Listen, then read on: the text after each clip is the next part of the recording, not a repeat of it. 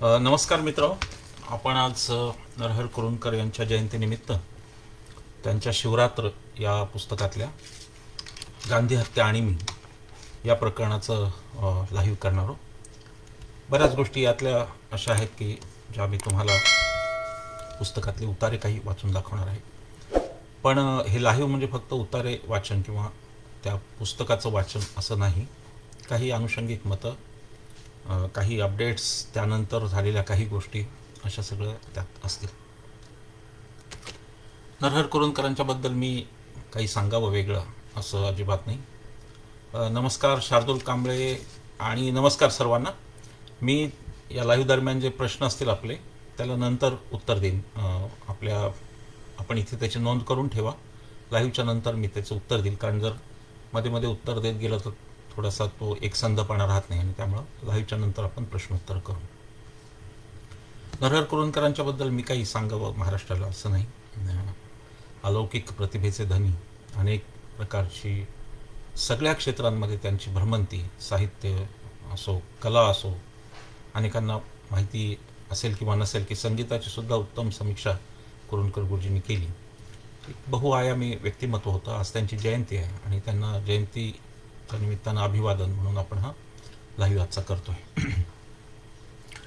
गांधी हत्या आणि मी हे जे प्रकरण आहे हे शिवरात्र नावाचं पुस्तक आहे त्यांचं, आणि देशमुख आणि मंडळींनी ते प्रकाशित केलेलं आहे. बहुतेक त्यांची पुस्तकं देशमुख आणि मंडळींनी, इंद्रायणी, साधना अशा प्रकाशकांनी ती प्रकाशित केलेली आहे. हे जे खास करून आहे प्रकरण, माझा आवाज येतो का आपल्याला सगळ्यांना? शार्दूल किंवा विजय मला सांगाल का माझा आवाज येतो का? आय होप तो येत असेलच. तर या प्रकरणामध्ये गोपाळ गोडसे यांनी जेलमधून सुटल्यानंतर एक पुस्तक लिहिलं होतं. त्यांना जन्मठेप झाली होती, आपल्याला माहिती आहे, गांधी हत्येच्या आरोपात, खटल्यामध्ये त्या. आणि त्यांनी गांधी हत्या आणि मी नावाचं एक त्यांनी पुस्तक लिहिलं होतं. या पुस्तकाची समीक्षा नरहर कुरुंदकरांनी आपल्या या लेखात केलेली आहे. गांधी हत्या आणि मी हे पुस्तक लिहिताना गोपाळ गोडसेंनी काही गोष्टी चतुराईने पेरल्या, काही गोष्टींचा अपलाप केला, काही गोष्टी अशा प्रकारे सुचवल्या. थँक्यू, आवाज येतो, हे चांगली गोष्ट, थँक्यू. काही गोष्टी अशा रीतीने सुचवल्या की त्यात संदिग्धता राहावी, एक इतिहासाला काहीतरी वेगळंच पुढे मिळावं, आणि म्हणलं तर नथुराम हुतात्मा ठरावा, म्हणलं तर सावरकरांच्यावरचा कट सिद्ध झाला का नाही याबद्दल गुलदस्त्यात ठेवायचं, म्हणलं तर सावरकरांचा त्यात किती सहभाग होता हेही दाखवायचं. अशा प्रकारे अत्यंत चातुर्याने लिहिलेलं हे पुस्तक होतं. आणि या पुस्तकावर कुरुंदकर गुरुजींनी हा लेख लिहिलेला आहे. एक गोष्ट आपल्याला पहिल्यांदा लक्षात घेतली पाहिजे, ते म्हणजे हा लेख जो आहे तो 1967चा आहे. 65 साली गोपाळ गोडसे सुटले. त्याच्यानंतर आपल्याला माहिती आहे की गवी केतकर नावाचे जे हिंदू महासभेचे नेते होते, उद्यानप्रसाद मंगल कार्यालयात गोपाळ गोडसेंचा सत्कार ठेवला होता सुटून आल्यानंतर हिंदू महासभेने. आणि त्यात भाषणात गवी केतकर असं म्हणाले की गांधीजींची हत्या होणार हे मी बाळूकाका कानिटकर नावाचे जे काँग्रेसचे नेते होते पुण्यातले त्यांना सांगितलं होतं, आणि त्यांनी ते बाळासाहेब खेर यांना आधीच सांगितलं होतं. म्हणजे काँग्रेसच्या नेत्यांना त्याची कल्पना होती, असा आरोप गवी केतकरांनी केला. काँग्रेसचं त्यावेळेसचं जे सरकार होतं त्या सरकारने असा निर्णय घेतला की या गोष्टीची शहानिशा झाली पाहिजे. म्हणजे काँग्रेसमध्ये एकेकाळी अशा प्रकारचे उत्तुंग नेते होते की ते स्वतःच्या आरोपांवरची त्रयस्थपणे चौकशी करत होते. हा आरोप निखालसपणे खोटा होता हे नंतर सिद्धही झालं. पण गवी केतकरांच्या आरोपानंतर जीवनलाल कपूर कमिशन नावाचं एक कमिशन केंद्र सरकारने बसवलं. या कपूर कमिशनने विस्तृत चौकशी केली आणि सावरकरांची जी सबळ पुराव्याअभावी, मी या वाक्याला अंडरलाईन करतो, सबळ पुराव्याअभावी निर्दोष सुटका झाली होती. तर ती सुटका करताना प्रॉसिक्युशननी पुरावे योग्य ते दिले नाही असं जीवनलाल कपूर कमिशननी म्हणलं. विशेषतः त्यांचे जे सेक्रेटरी होते गजानन दामले, सावरकरांचे सेक्रेटरी, आणि सावरकरांचे जे बॉडीगार्ड होते आप्पा कासार, त्या दोघांची जर साक्ष झाली असती तर बऱ्याच गोष्टी स्पष्ट झाल्या असत्या असं जीवनलाल कपूर कमिशननी म्हणलं. आणि एक प्रकारे सावरकर सबळ पुराव्याअभावी सुटले हे जीवनलाल कपूरनी अधोरेखित केलं त्या कमिशनने. तर ते कमिशन व्हायच्या आधीचा हा लेख, हा 67चा लेख आहे, कारण 67लाच ते कमिशन अपॉइंट झालं. पण त्याचा जो रिपोर्ट आला तो 69ला आला आणि 2 वर्षाचा तो फरक आहे. म्हणजे ह्या कपूर कमिशनच्या आधी 2 वर्षाच्या आधीचा हा लेख आहे. हे आपण पहिल्यांदा आपण लक्षात घेतलं पाहिजे. त्याची सुरुवात करताना कुरूंकरांनी असं म्हटलं आहे की शक्यतो निरपेक्षपणे म्हणजे तटस्थपणे त्रयस्थपणे मी या घटनेचा खरं म्हणजे मी या पुस्तकाचं मूल्यमापन करण्याचा प्रयत्न करणार आहे.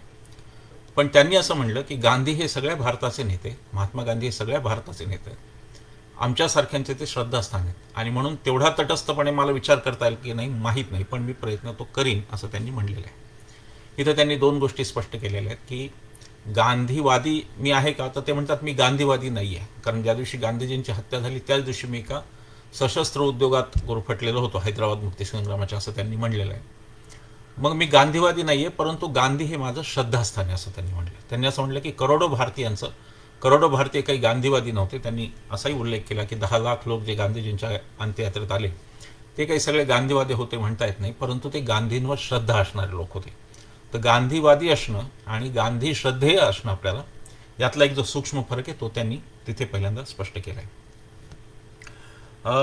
कुरूंकरांनी जी चर्चेला सुरुवात केली, आजकाल आपल्याला खूप ट्रोलिंग सहन करावं लागतं, पुरोगामी वगैरे वगैरे म्हणून, की तुम्ही एक पक्ष मांडता, मग अमक्याहांच्या हत्या झाल्या तर तुमचं काय म्हणणं आहे, तमक्यांचं झालं तर काय तुमचं म्हणणं आहे. त्याच्यावरती कुरूंकरांनी पहिल्यांदा भूमिका स्पष्ट केलेली आहे. हा आरोप पुरोगाम्यांवर खूप वेळा होतो की खरं तर तो अजिबात खरा नाही, की गांधी हत्येच्या वेळेला ब्राह्मणांचं जे शिरकाण झालं त्याच्याबद्दल तुमचं काय. तर त्याच्याबद्दल कोणी पुरोगामी त्याचा धिक्कारच करेल.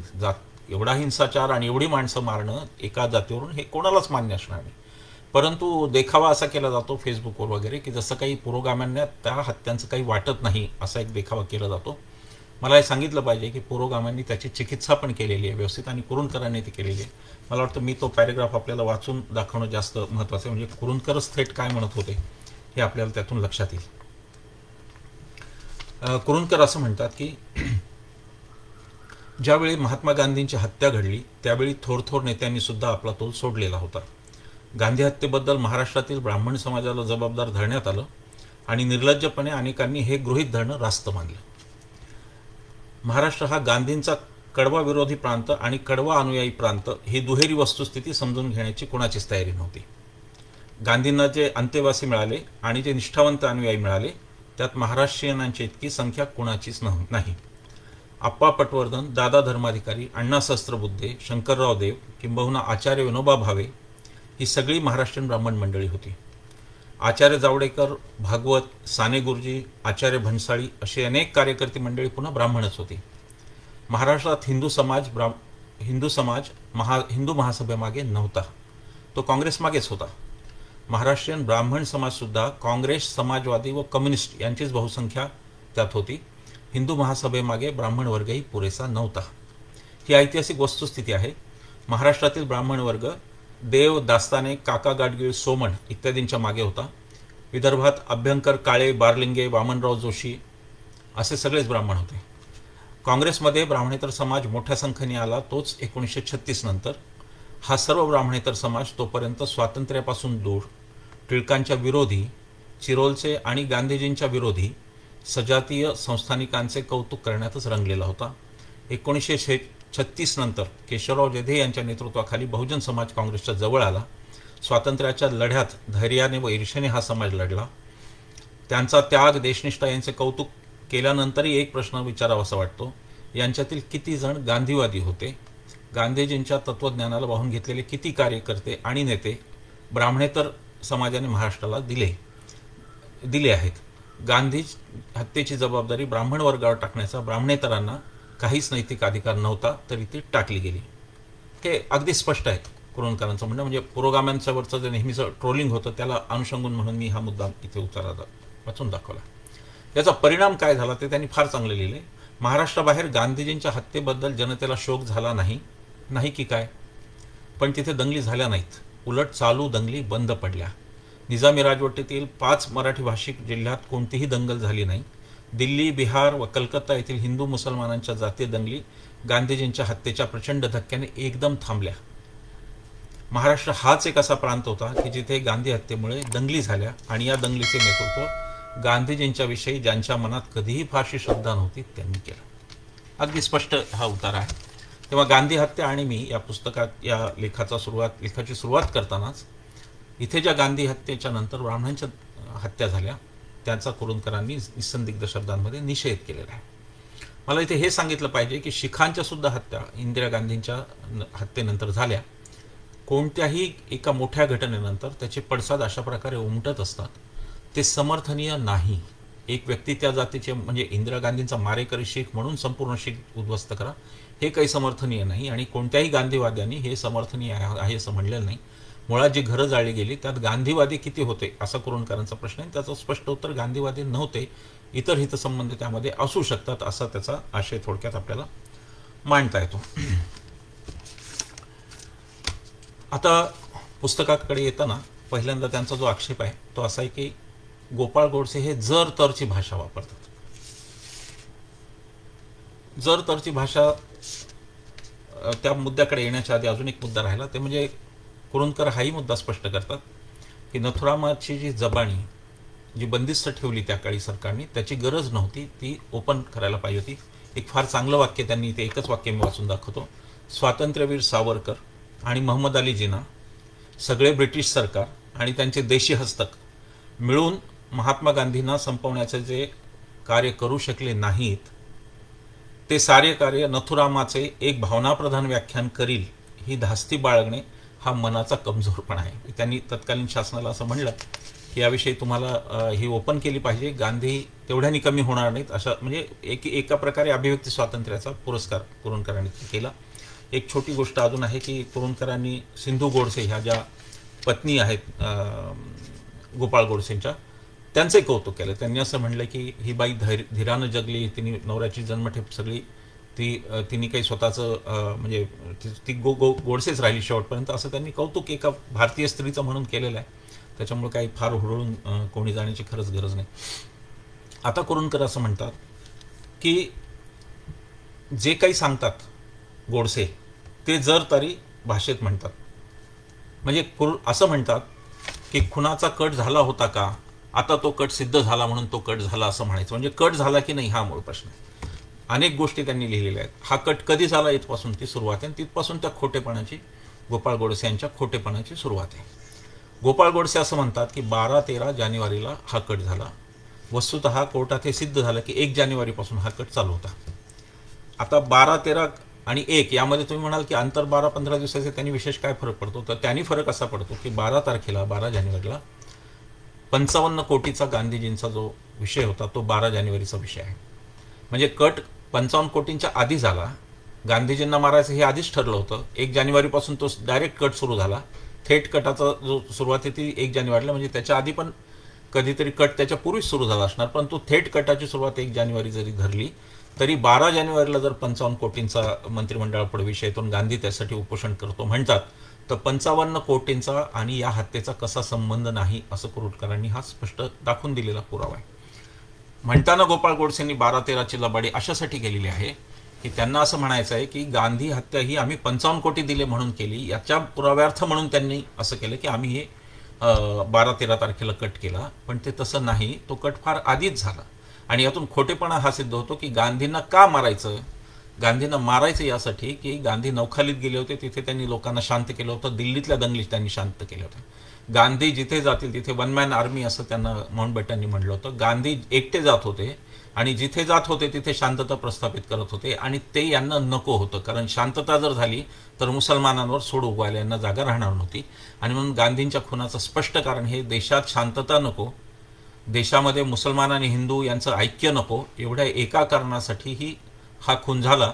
या निष्कर्षापर्यंत आपण हे पुस्तक वाचताना नक्की येतो. कुरूंकर म्हणतात अशा परिस्थितीत गुन्हेगारी कबूल असणाऱ्या गुन्हेगाराने जरतारी भाषेत बोलावे व त्याला इतिहास म्हणावे. ही गोष्ट वस्तुनिष्ठही मानता येत नाही, इतिहासही मानता येत नाही. जाणीवपूर्वक केलेला एक धोरणी पवित्रा इतकेच म्हणावे लागते. गोपाळ गोडसेंनी जो धोरणी पवित्रा घेतला तो सगळ्या पुस्तकात दिसतो की कशा प्रकारे धोरणाने काहीतरी कन्फ्युजन करायचं, कशावर तरी बोलायचंच नाही अशा रीतीने, म्हणजे त्याला वस्तुनिष्ठ इतिहास म्हणता येणार नाही असं कुरूंकर म्हणतात. गोपाळ गोडसेंचा दुसरा आरोप होता की सरकार त्यांच्याशी खुनशीपणानं वागलं. हा आरोप आहे त्या पुस्तकात केलेला. तो कुरूंकरांनी तारीख वारानिशी त्यांनी तो खोडून काढलेला आहे. आणि मला असं वाटतं की खास करून तरुण मुलांनी ज्यांना गांधी हत्येचं राजकारण नीट कळून घ्यायचं आहे त्यांनी हा लेख वाचला पाहिजे. त्याचं कारण असं की गोपाळ गोडसेंच्या पुस्तकांनी, अनेक प्रकारच्या विभ्रमित संभ्रमित करणाऱ्या पुस्तकांनी खूप कन्फ्युजन तरुणांमध्ये असतं आणि त्यांना वाटत असतं की ते खरं काय, सगळं छापलेलं खरं नसतं, हे पहिल्यांदा लक्षात ठेवलं पाहिजे. आणि हा लेख वाचला पाहिजे, मग तारखेनिशी पुरावे आपल्याला तिथे दिसतात. आता सरकार खुंशीपणानं वागलं, नेहरूंचं सरकार त्यावेळेस. असा जो गोपाळ गोडसेंचा आरोप आहे त्याच्यावरती कुरूंदकरांनी याच्यावरती 2-3 पानं खर्च करून ते उत्तमरित्या ते खोडून काढलेलं आहे. कुरूंदकर असं म्हणतात की जन्मठेपेची शिक्षा म्हणजे काय. जन्मठेपेची शिक्षा झाली, नथुराम गोडसे आणि नाना आपटेला फाशी झाली आणि यांना जन्मठेपेची शिक्षा झाली, आपल्याला माहिती आहे. जन्मठेपेची शिक्षा म्हणजे कायद्यानुसार मरेपर्यंत जेलमध्ये राहण्याची शिक्षा. त्यात एक तरतूद अशी होती की सरकार 20 वर्षानंतर, त्या काळी ती होती, आता मला वाटतं 14 वर्षाची आहे, सरकार 20 वर्षानंतर जन्मठेप संपवू शकते एखाद्याची, 20 वर्षानंतर सरकार रिलीज करू शकते एखाद्याला, अशी ती तरतूद होती. आता जर नेहरू खुनशीने वागले असं म्हटलं असतं तर पहिला मुद्दा आला तिथे असा की यांचा जो बिल्ला होता, म्हणजे जेव्हा एखाद्याला शिक्षा होते जन्मठेपेची वगैरे, तर त्याला एक बिल्ला दिला जातो आणि त्याच्यावर सुटकेची तारीख लिहिलेली असते त्याजवळ. आता गोपाळ गोडसे हे मोठ्या चातुर्याने त्या बिल्ल्याविषयी काही बोलत नाही. त्यांच्या बिल्ल्यावर सुटकेची तारीख कोणती होती असं कुरूंदकरांचा प्रश्न आहे, त्याच्यावर गोपाळ गोडसे काही बोलले नाही. मला एक अजून सांगायला पाहिजे की हा लेख आला तेव्हा, हे पुस्तक आलं तेव्हा गोपाळ गोडसे हयात होते.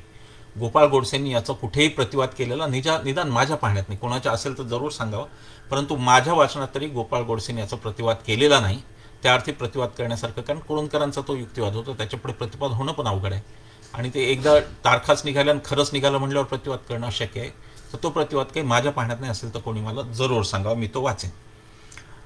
जन्मठेपेची शिक्षा 20 वर्षाची, प्रत्यक्ष शिक्षा त्यांना झाली 15 वर्ष 6 महिने. आता यामध्ये सूट असते, सूट देण्याची पद्धत होती. आपल्या जेव्हा प्रजासत्ताक दिन आला 26 जानेवारीला 1950, त्या दिवशी आपण 40 महिन्याची सूट सगळ्या कैद्यांना दिली. ती जरी सूट गृहीत धरली तरी तीहून सुद्धा कुरूंदकर असं म्हणतात की तारीख जी होती त्यांची 69 असायला पाहिजे, एक तर जन्मठेप म्हणून पहिली, आणि ती सूट गृहीत धरून जास्तीत जास्त सुटका ही त्यांची 10 फेब्रुवारी 1962ला व्हायला पाहिजे होती. 15 वर्ष आणि 8 महिने एवढे त्यांना जेलमध्ये राहावं लागलं. पण हेच सगळ्या कैद्यांच्या बाबतीत होतं. म्हणजे गांधींचा खुनी म्हणून सरकारने दया दाखवली नाही हे बरोबर आहे, दया दाखवण्याचं काहीच कारण नव्हतं. तर गांधींचा खुनी म्हणून सूडबुद्धीने वागला असे म्हणायला जागा नाही, कारण इतर कायद्यांना तेच केलंय. 20 वर्षाची जी यांची जन्मठेपेची सरकारमान्य 20 वर्ष ती सरकारने कमी केली आणि 15 वर्ष आणि 8 महिन्यात गोपाळ गोडसेंना सोडून दिलेलं आहे. एक आणखी लबाडी इथे कुरूंदकरांनी उघड केली आहे. गोपाळ गोडसे असं म्हणतात मी 21 अर्ज दिले, 1956 पासून ते अर्ज देत होते सुटण्यासाठी, आणि त्यांचा असा युक्तिवाद होता जो की भारतीय कायद्याला धरून नाही. म्हणजे कुरूंदकरांच्याच भाषेत ते सांगायचं असेल तर त्यांनी असं म्हणलेलं आहे की सरकार गांधीजींच्या मारेकऱ्यांना सत्कृत्य केल्याबद्दल दया दाखवण्यास तयार नसले तरी सरकार या गुन्हेगाराला विशेष सूड म्हणून मरेपर्यंत तुरुंगात डांबूही इच्छित नव्हते. हे फार महत्त्वाचं आहे. आणि दुसरा मुद्दा त्यांनी असा म्हणला की ज्या मुद्द्यावर गोडसे भांडत होते, गोडसे यांनी सर्वोच्च न्यायालयाकडे 57 ते 64 या कालखंडात वेगवेगळी 22 आवेदनं केली. पैकी 21 आवेदने सर्वोच्च न्यायालयाने फेटाळून लावली. 22वें आवेदन प्रश्न संपला म्हणून फेटाळले. समजा 22वे आवेदन चालू असेपर्यंत गोपाळ गोडसे तुरुंगातच असते तर काय घडले असते, असा एक प्रश्न त्यांनी विचारला. हेही आवेदन न्यायालयाने फेटाळून लावले असते, ही गोष्ट उघड आहे. त्याचं कारण ज्या मुद्द्यावर गोडसे भांडत होते तो मुद्दाच भारत सरकारच्या प्रचलित विधी प्रणालीत बसणारा नाही.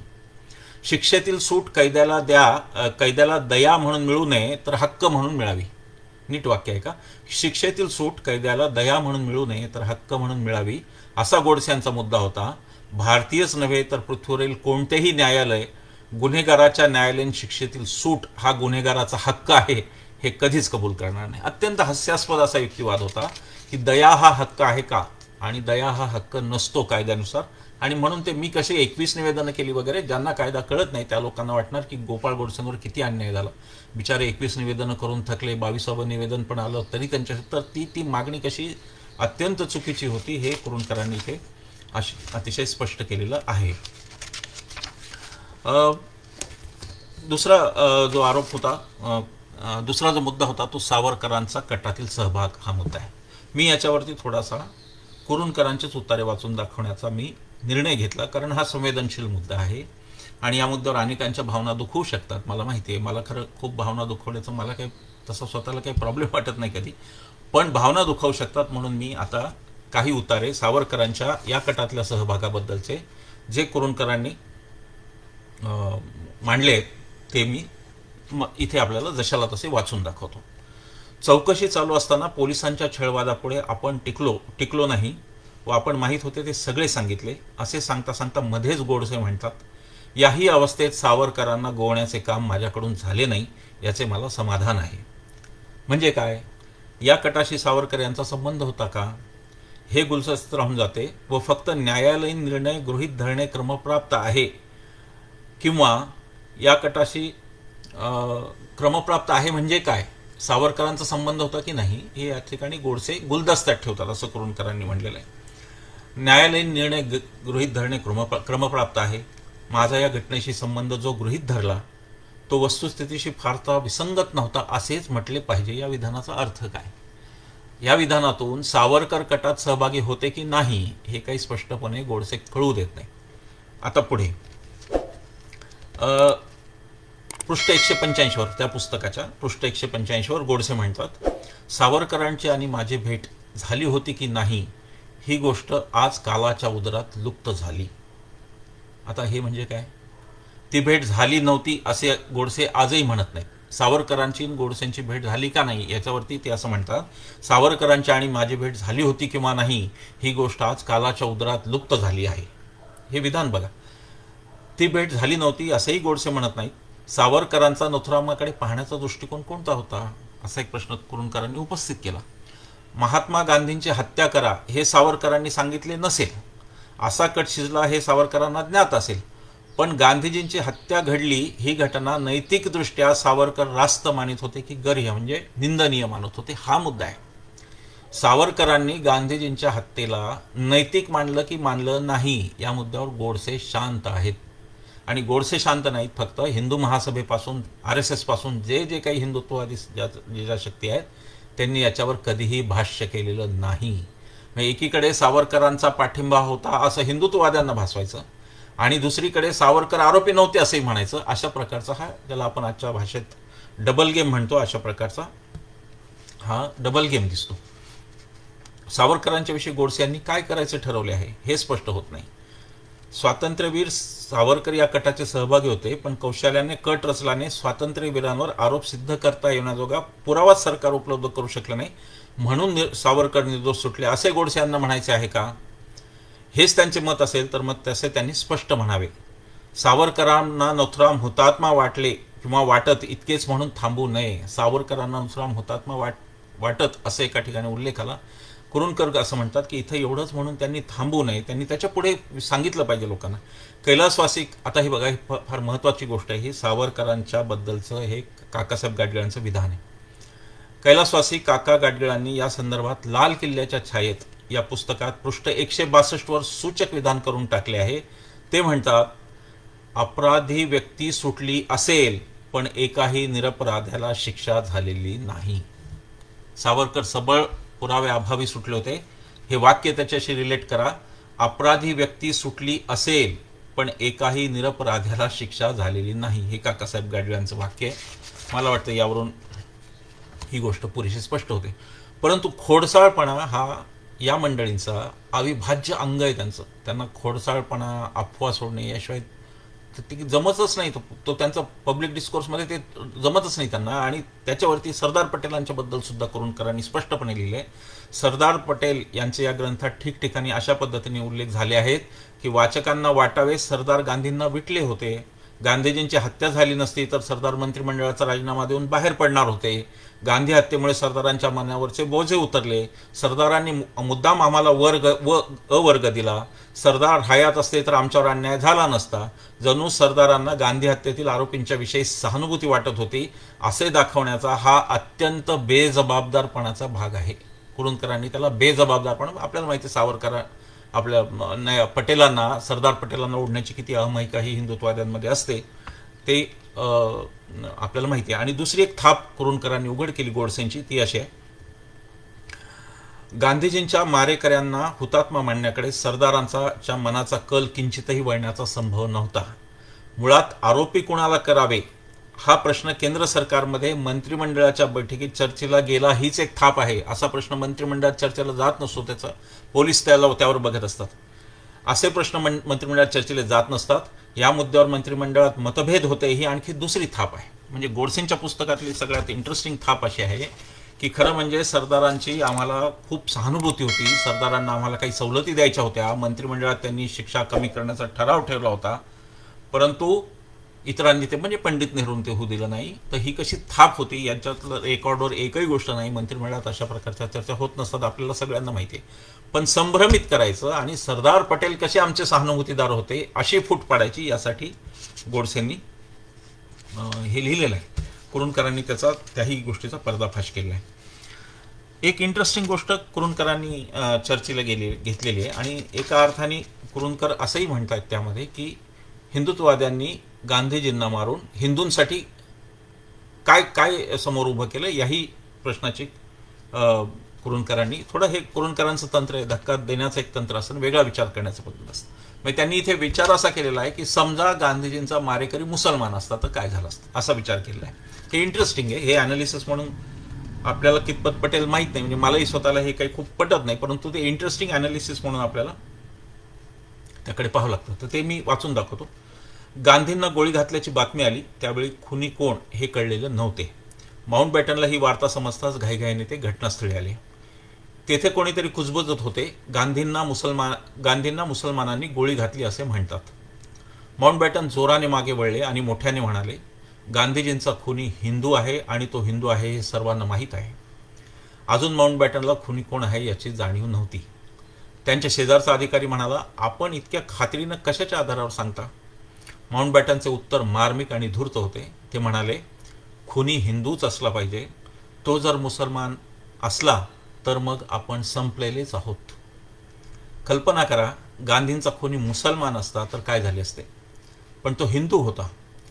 गांधीजींच्या खुनाचा धक्का इतका मोठा होता की सारा भारत हादरला. जातीय दंगली बंद पडल्या. निर्वासित हिंदूंचे लोंढे त्यानंतरही येत राहिले.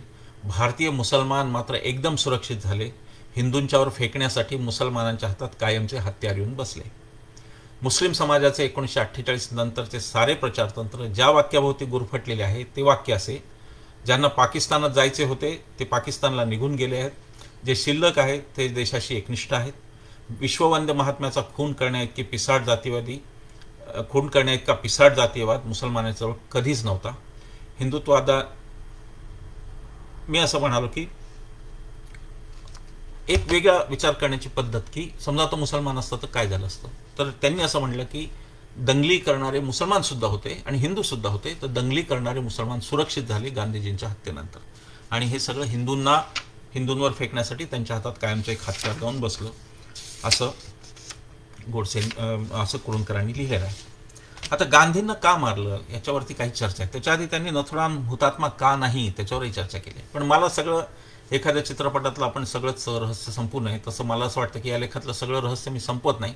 नथुराम हुतात्मा का नाही हा चॅप्टर पण इंटरेस्टिंग, त्यातलं ते विवेचन आहे आणि तुम्ही ते प्रत्यक्ष वाचा असं माझं तुम्हाला म्हणणं आहे.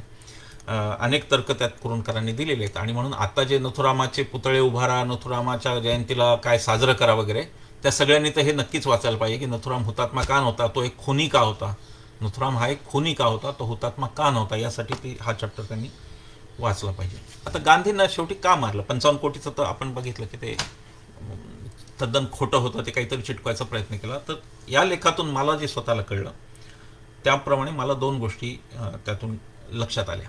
एक मी आधी सांगितली की शांतता जी होती गांधी प्रस्थापित करत होते ती नको होती. हिंदुत्ववाद्यांना ती शांतता नको होती, मुसलमानांशी सख्य नको होतं, मुसलमानांशी सलोखा नको होता, आणि म्हणून त्या प्रक्रियेतला सगळ्यात मोठा अडथळा गांधीजी होते. इथल्या धर्मनिरपेक्षतेमधला सगळ्यात महत्त्वाचा अडथळा हे गांधीजी होते. त्याचं कारण गांधीजी सगळीकडे शांतता निर्माण करत होते, हिंदू मुसलमान भाईचा नारा घेऊन जात होते, ते हिंदुत्ववाद्यांना नको होता आणि म्हणून गांधी हा त्यांना अडसर वाटत होता. आता त्याच्याही मागे कारण असं की हे का सगळं, हे कशासाठी, तर त्याचं कारण जे आहे कुरूंकरांनी इथं नोंदवलेलं आहे. कारण लोकशाही मार्गाने निवडून येण्याची यांची ताकद नव्हती. हिंदू महासभा हिंदूंची असली तरी भारतात ती अल्पमतातच कायम होती. हिंदूंची संघटना म्हणून काँग्रेस होती, हिंदूंचे नेते म्हणून निर्विवादपणे गांधी होते, आणि मग गांधींना जर संपवलं नाही तर हे नेतृत्व आपल्याकडे येणार नाही याची त्यांना जाणीव होती, आणि लोकशाही मार्गाने ते निवडून येऊ शकत नव्हते. त्यामुळं लोकशाही मार्गाने तोही मी उतारा वाचून दाखवतो. खरी गोष्ट अशी आहे की लोकशाहीचे सगळे मार्ग मोकळे होते. ते मार्ग चोखाळण्याची हिंमत अखंड भारतवाद्यांना नव्हती. फाळणीच्या योजनेविरुद्ध जनतेचे आंदोलन उभे करण्याची शक्ती हिंदू महासभेत नव्हती, कारण जनतेवर तिची पकडच नव्हती. फाळणीविरुद्ध आंदोलन फक्त गांधींच्या नेतृत्वाखाली उभे राहू शकले असते. स्वातंत्र्य लढ्याचा इतिहास असा आहे की अखिल भारतीय आंदोलन गांधीजींच्या नेतृत्वाशिवाय कोणालाच उभारता येणे शक्य नव्हते. एवढा त्यांचा प्रभाव भारतावर होता.